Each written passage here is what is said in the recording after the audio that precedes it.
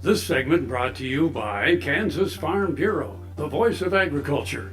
To join today or more information, go to kfb.org or find us on Facebook and Twitter.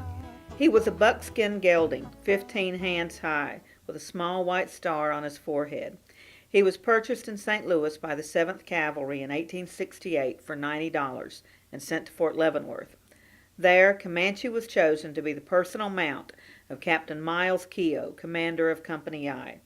The handsome Irishman had served in the army of the Pope during an uprising in Italy and had come to America in time to take part in dozens of Civil War battles, including Gettysburg and the largest cavalry engagement of that war, Brandy Station. He knew horses, so Comanche must have been impressive.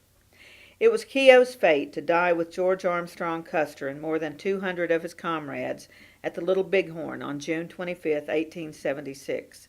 2 days later, Comanche was found in a ravine, badly wounded, very weak, and barely able to stand. The horse suffered 3 severe wounds, through his neck, through his front shoulder, and to his hind quarter, and 4 flesh wounds. Comanche was transported to Fort Lincoln aboard the steamer the Far West. A special sling and stall were built for him to recuperate.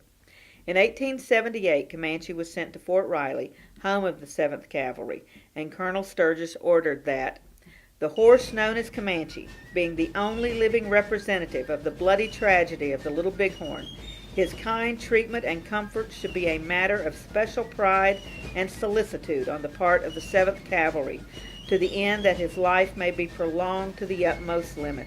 Though wounded and scarred, his very silence speaks in terms more eloquent than words of the desperate struggle against overwhelming odds of the hopeless conflict and heroic manner in which all went down that day.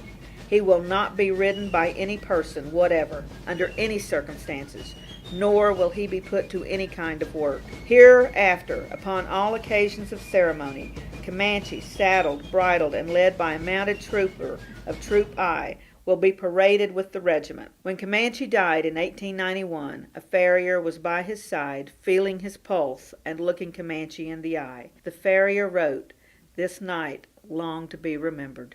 Okay, go when you're ready. Well, folks, we announced on Facebook, but I don't think we announced it on television, that our dear Frankie C. passed away following heart surgery a few weeks ago. I did a tribute to him right after he retired, and we are devastated that he's no longer with us. We promise to keep celebrating his life, and we know you will too. We know you miss him as much as we do. So, Frankie, we're keeping you alive, celebrating you in our hearts all around Kansas.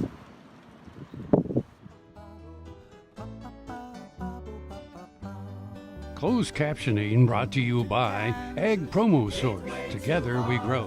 Learn more at agpromosource.com. Hollyhocks and red ripe tomatoes, hand-churned homemade ice cream. Let me tell you, Kansas is more than tornadoes. We're the best part of Dorothy's dream. We're the best part of Dorothy's dream.